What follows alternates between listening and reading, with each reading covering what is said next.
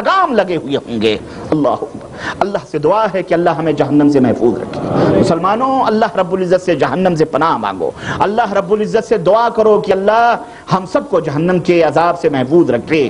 اللہ تبارک و تعالی ہم سب کو جنت الفردوس میں جگہ عطا فرمائے، اور اپنی رحمت سے ہمارے اعمال کو نہ دیکھتے ہوئے پاک پروردگار ہم کو اس جہنم سے محفوظ رکھے، آمین یا رب العالمین۔ اللہ کے نبی فرماتے ہیں یومئذ لہا 70,000 زمام، اس دن اس کے منہ میں 70,000 لگام لگے ہوئے ہوں گے، مع کل زمام 70,000 ملک یجرونها، ہر لگام کو ایک ایک لگام اتنی موٹی ہوگی، اتنی موٹی لگام اور اتنی بڑی ہوگی کہ ایک ایک لگام کو 70,000 فرشتے پکڑ کر کے کھینچ رہے ہوں گے۔ اللہ اکبر۔ مسلمانوں، اس دنیا کی رنگینیوں میں کھونے والوں اور یہ چند دن کی زندگی کے لیے حرام کو حرام نہ سمجھنے والوں اور بدکاریوں کو بدی کو بدی نہ سمجھنے والوں، گناہ کو گناہ نہ سمجھنے والوں اور بدعمالیوں کو بدعمالی نہ سمجھنے والوں، اللہ سے ڈرو۔ اب کون سا دن آئے گا جب تمہیں ہوش آئے گا؟ کون سا دن آئے گا جب تم دنیا سے چلے جاؤ گے؟ کیا تمہیں یہ یقین ہے؟ ذرا ہمیں بتلاؤ، کیا تمہیں یہ یقین ہے کہ تم کل زندہ رہ سکتے ہو، یا یہاں بیٹھے ہو اور یہاں سے بیٹھنے کے بعد اٹھ کر کے سڑک پہ جاؤ گے تو تم زندہ رہ سکتے ہو؟ یقیناً اگر تمہیں یقین ہے تو تم برائی کرو، اگر تمہیں یقین ہے کہ تم 10 برس زندہ رہ سکتے ہو تو کوئی حرج نہیں ہے، تم برائی کرو۔ تم سوچتے ہو توبہ کر لیں گے، میرے عزیزو ہمیں تو اتنا بھی پتا نہیں ہے کہ ہم جو لقمہ اپنے منہ میں اٹھا رہے ہیں، پتا نہیں یہ لقمہ ہمارے منہ میں جائے گا بھی کہ نہیں جائے گا۔ اس لیے میرے عزیزو بھوکے رہ جاؤ، ننگے رہ جاؤ، لیکن کبھی حرام کا لقمہ اپنے جسم کے اندر، اپنے منہ کے اندر ڈالنے کی کوشش نہ کرو۔ اللہ سے ڈرو۔ اس دن جس دن جہنم لوگوں کے سامنے حاضر کیا جائے گا، جہنم کو 70,000 لگام ہوں گے اور ایک ایک لگام کو 70,000 فرشتے کھینچ رہے ہوں گے۔ پیغمبر اسلام جناب محمد الرسول اللہ صلی اللہ علیہ وسلم ارشاد فرماتے ہیں انکم ایھا الناس، اے لوگو، انکم محشورون الی ربکم حفاتا عراتا غرلا، اے لوگو تم اللہ کے دربار میں پیش کیے جاؤ گے ننگے دھڑنگے، ننگے پیر، بغیر ختنہ کیے ہوئے۔ الا وان اول الخلق یکسا ابراہیم علیہ السلام، اور سنو قیامت کے دن جب سب لوگ ننگے دھڑنگے اٹھیں گے، ان میں سب سے پہلے جس ذات کو اللہ کپڑا نصیب فرمائے گا، اللہ اکبر، وہ حضرت ابراہیم علیہ السلام ہوں گے، امام الانبیاء، ابو الانبیاء حضرت ابراہیم علیہ السلام ہوں گے، جن کو سب سے پہلے کپڑا پہنایا جائے گا۔ الا وانه سيجاء برجال من امتی فيؤخذ بهم ذات الشمال، اللہ کے حبیب فرماتے ہیں اس وقت میں حوض کوثر پر بیٹھا ہوں گا اور میرے پاس سے کچھ لوگ میری امت کے لائے جائیں گے اور پھر ان کا رخ جہنم کی طرف پھیر دیا جائے گا۔ اللہ ہم کو محفوظ رکھے ان جماعتوں میں سے، آمین یا رب العالمین۔ ان کا رخ بجائے حوض کوثر کے جہنم کی طرف پھیر دیا جائے گا۔ فاقول یا رب اصحابی، تو میں کہوں گا اے پاک پروردگار یہ میری امت کے لوگ ہیں۔ اللہ اکبر۔ کسی صحابی نے پوچھا اللہ کے نبی آپ کیسے پہچانو گے اپنی امت کو، جبکہ اس میں عیسیٰ کی امت بھی، موسیٰ کی بھی امت، اس میں یعقوب کی بھی امت، اس کے اندر یوسف کی بھی امت، اس میں حضرت ابراہیم اور دیگر تمام نبیوں کی امتیں ہوں گی، اے اللہ کے نبی آپ کیسے اپنی امت کو پہچانو گے؟ اللہ کے حبیب صلی اللہ علیہ وسلم فرماتے ہیں جس طرح سے کہ کالے گھوڑے کے کالے بالوں کے بیچ میں کوئی سفید بال دکھائی دیتا ہے، اے میری امت کے لوگوں تم اسی طرح نظر آؤ گے اس امت کے بیچ میں۔ کیسے؟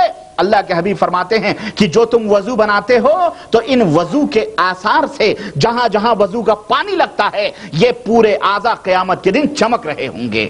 اللہ اکبر۔ میں اسی سے پہچان لوں گا، اسی چمک سے۔ اور اے بے نمازیو، اے بد نصیبو، اللہ سے ڈرو۔ جو تم نماز تو وضو بنانا تو درکنار، تم کو تو طہارت بھی نصیب نہیں ہوتی ہے۔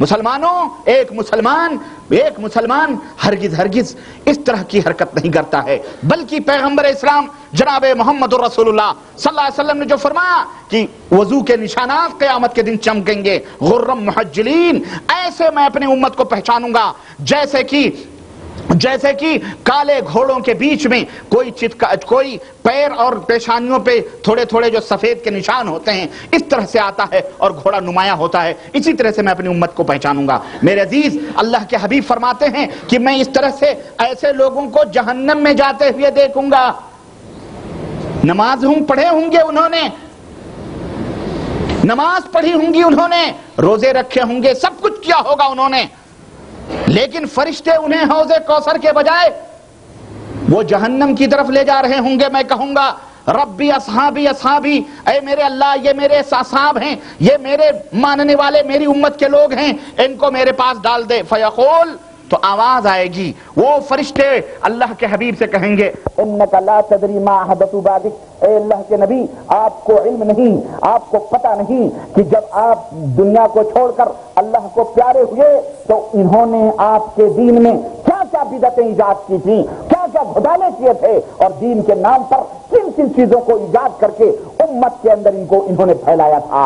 یہ آپ کی اللہ کے حبیب فرماتے ہیں تو میں کہوں گا فاقول لهم سحقا سحقا لمن غیر بعدی، تو میں ان فرشتوں سے کہوں گا ان کو مجھ سے دور ہٹاؤ، ان کو مجھ سے دور ہٹاؤ، ان کو مجھ سے دور ہٹاؤ، انہوں نے میرے دین کو بدل دیا ہے، انہوں نے دین کا نام لے لے کر کے تبدیلیاں پیدا کی ہیں۔ اے بدعتوں کے گڑھنے والے مولویوں، اے بدعتوں کے گڑھنے والے سجادہ نشینوں، اے شرک و بدعت کے اندر لوگوں کو دعوت دینے والے علماء حضرات، یہ بیچارے عوام ہیں، ان عوام کو اپنے پیچھے گمراہ نہ کرو، ان عوام کو اللہ کے نبی کے حوض سے دور نہ کرو۔ اپنی جماعتوں کی کثرت لوگوں کے اندر ثابت کرنے کے لیے، اپنی جماعتوں کی بڑھوتری کرنے کے لیے، اپنے دنیاوی اغراض و مقاصد حاصل کرنے کے لیے دنیا اس بھولے بھالی نبی کی امت کو وہی بات بتلاؤ جو محمد الرسول اللہ صلی اللہ علیہ وسلم نے بتلائی ہے۔ اور لوگوں تم بھی اتنے بھولے نہ بنو، اتنے بدھو نہ بنو۔ تمام دنیا کے عالم ہمارے عالم ہیں، یہ ایک ذہن اور ایک فکر میں تمہیں دے کے جا رہا ہوں، دنیا کے تمام لوگ ہمارے عالم ہیں، جو بھی عالم اپنے آپ کو کہتا ہے وہ ہمارا عالم ہے، لیکن ہمارا اس سے صرف ایک مطالبہ ہے، اور مطالبہ وہ ہے کہ اے علماء کرام تم ہمیں وہ راہ بتلاؤ جو حضرت محمد الرسول اللہ صلی اللہ علیہ وسلم تک پہنچانے والی ہو۔ ہمیں اپنے بزرگوں کی، اپنے اور پیروں اور نہ جانے کن کن بنائے ہوئے لوگوں کی راہیں وہ نہ بتلاؤ، ہمیں ان کی طریقت اور ان کے راستے نہ بتلاؤ، ہمیں وہ راستے بتلاؤ جو مدینے والے نے بتلائی ہیں، جو محمد الرسول اللہ صلی اللہ علیہ وسلم نے بتلائی ہیں۔ اور اے دنیا کے مسلمانوں، تمہارا وہی خواہ مولوی ہے، تمہارا وہی عالم ہے جو تمہیں مدینے کے راستہ بتلاتا ہے اور کسی بستی یا کسی ملک کا راستہ نہیں بتلاتا ہے، وہی تمہارا مولوی ہے اور وہی تمہارا اس امت کا حقیقی مولوی ہے۔ ورنہ آج ہم بہت عجیب و غریب مسائل سے دو چار ہیں، ہم خود بھی بٹے ہیں، ہم نے مولویوں کو بھی بانٹا ہے، وہ ہمارا مولوی ہے، وہ ہماری پارٹی کا مولوی ہے، وہ ہماری جماعت کا مولوی ہے، وہ فلانے فرقے کا مولوی، وہ ہمارا مولوی ہے۔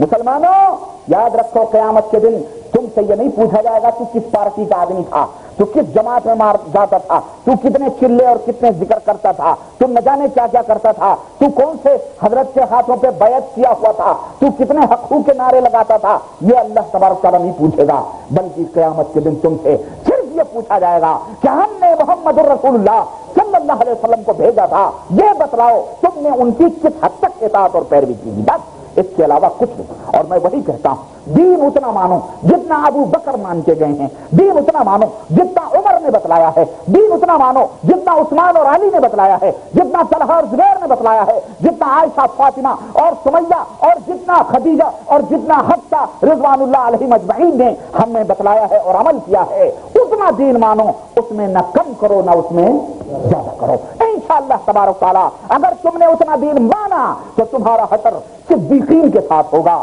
انبیاء کے ساتھ ہوگا، شہداء کے ساتھ ہوگا، صالحین کے ساتھ ہوگا، متقین کے ساتھ ہوگا۔ اور اگر تم نے اس کے اندر زیادتی کی، تم نے اس کے اندر زیادتی کی اپنی طرف سے، یہ بھی دین ہے، یہ بھی دین ہے تو اچھی چیز، یہ اس میں برائی کیا ہے؟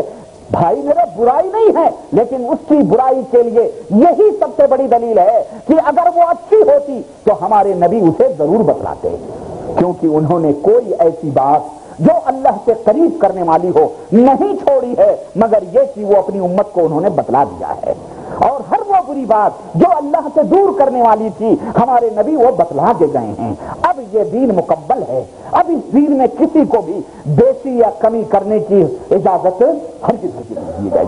اس لیے مسلمانوں ہوش کے نہ کھولو، تم فرقے میں نہ بٹو، تم ٹولی میں نہ بٹو، ہر مولوی کی بات سنو جس کی بات قرآن و سنت سے لگتی ہے، اور قرآن و سنت والی بات ہے وہ تمہارا مولوی، اور جو بدعتیں بتائے، جو شرک کے راستے بتائے، جو قصے اور افسانے اور کہانیوں کے ذریعے امت کو بدعقیدگی کی تعلیم دے، چاہے وہ اتنی بڑی بڑی داڑھیاں رکھا ہو، چاہے وہ آسمان پہ مسلح بچھا کر کے چلتا ہو، چاہے اتنی موٹے موٹے تسبیحات، چاہے پانچوں وقت کے گھٹے، ایسے یہ شیطان ہیں یا اس امت کے دجال ہیں یا اس امت کے مکار ہیں۔ وہ مسلمان وہ اپنے آپ کو مسلمان ضرور کہتے ہیں مگر وہ شیطان کے شکنجے میں جکڑے ہوئے لوگ ہیں۔ اس لیے ڈرو اور اللہ سے ڈرو، دین اتنا مانو جتنا اللہ کے رسول صلی اللہ علیہ وسلم نے تمہیں بتلایا ہے، تب تمہیں حوض کوثر پہ پیغمبر رسالت مآب صلی اللہ علیہ وسلم کے ہاتھوں سے جام نصیب ہوگا۔ بعض لوگ سوچتے ہیں بڑا کم لگ رہا ہے، یہ عمل بڑا تھوڑا لگ رہا ہے، اور ہونا چاہیے۔ اللہ تبارک تعالیٰ نے تمہیں کس لیے پیدا کیا ہے؟ الذی خلق الموت والحیات لیبلوکم ایکم احسن عملا۔ اللہ نے تمہیں پیدا اس لیے کیا ہے تاکہ وہ دیکھے کہ تم میں سب سے بہترین عمل کرنے والا کون ہے۔ اللہ کو زیادہ عمل نہیں مطلوب ہے۔ ایسا بھی تو ہو سکتا تھا کہ اللہ یہ کہہ دے کہ لیبلوکم ایکم اکثر عملا، یا اکثر عملا، تم میں سب سے زیادہ عمل کرنے والا کون ہے، لیکن اللہ نے زیادہ نہیں فرمایا، اللہ نے فرمایا احسن عملا، تم میں سب سے بہترین عمل کرنے والا کون ہے۔ بہترین عمل، اور بہترین عمل وہی ہے جو پیغمبر اسلام حضرت محمد رسول اللہ صلی اللہ علیہ وسلم نے کیا ہے اور بتلایا ہے۔ ان سے بہتر نہ کوئی پیدا ہوا اور نہ ہی کوئی کر کے دکھا سکتا ہے۔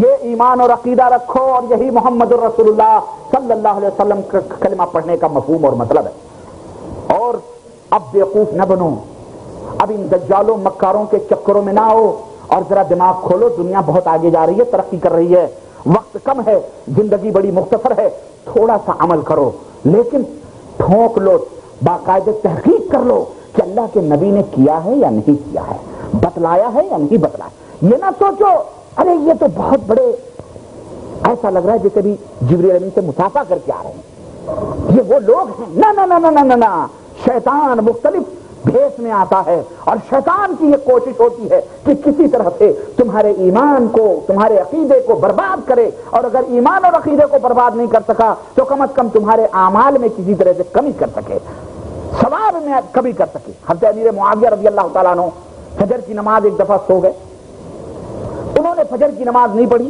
صبح ہوئی بہت روئے، شیطان نے آگے خوب تھپکیاں دے کے سلا دیا، بچارے سو گئے، ہوتا ہے انسان کو نیند آ گئی۔ صبح اٹھے، اللہ کی بارگاہ میں توبہ کیا، بہت روئے۔ دوسرے دن سوئے یہ تھے کہ فجر کے وقت ایک آواز انہوں نے سنی، اور ایسا لگا جیسے ان کو کوئی جھنجھوڑ رہا ہے، جگا رہا ہے۔ معاویہ اٹھو، فجر کی نماز پڑھ لو، اٹھو فجر کی نماز پڑھ لو۔ آنکھ کھلی، کہنے لگے کون ہو بھائی، کون ہو؟ کہنے لگا کہ میں ابلیس ہوں، میں شیطان ہوں۔ کہنے لگے تو شیطان ہے، تیرا کام تو سلانا ہے، تو جگانے کیوں آیا؟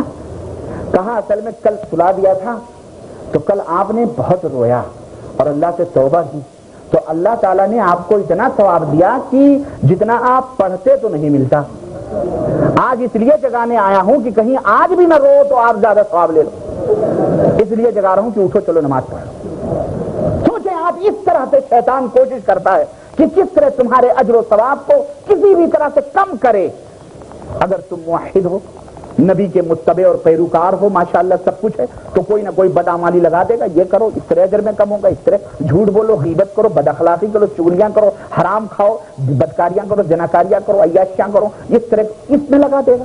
ٹھیک ہے تم مشرک نہیں ہو، ٹھیک ہے تم بدعتی نہیں ہو، ٹھیک ہے متبع سنت ہو، موحد ہو، الحمدللہ، لیکن دوسری برائیوں میں پھر تم کو لگا دے گا۔ اور جو بدعتی ہیں، جو مشرک ہیں، ان سے تو کہتا ہے بڑے بڑے تقوی کی بات کر، ابے حلال ہی کھا، حرام لوگوں کو خود بھی بتلا، تو بھی حرام کے قریب مت جا۔ کیوں؟ نمازیں پڑھ لمبی لمبی، یہ رکعتیں مار، دن بھر تہجد تسبیحات میں لے کے چل، کیوں؟ اس کو پتا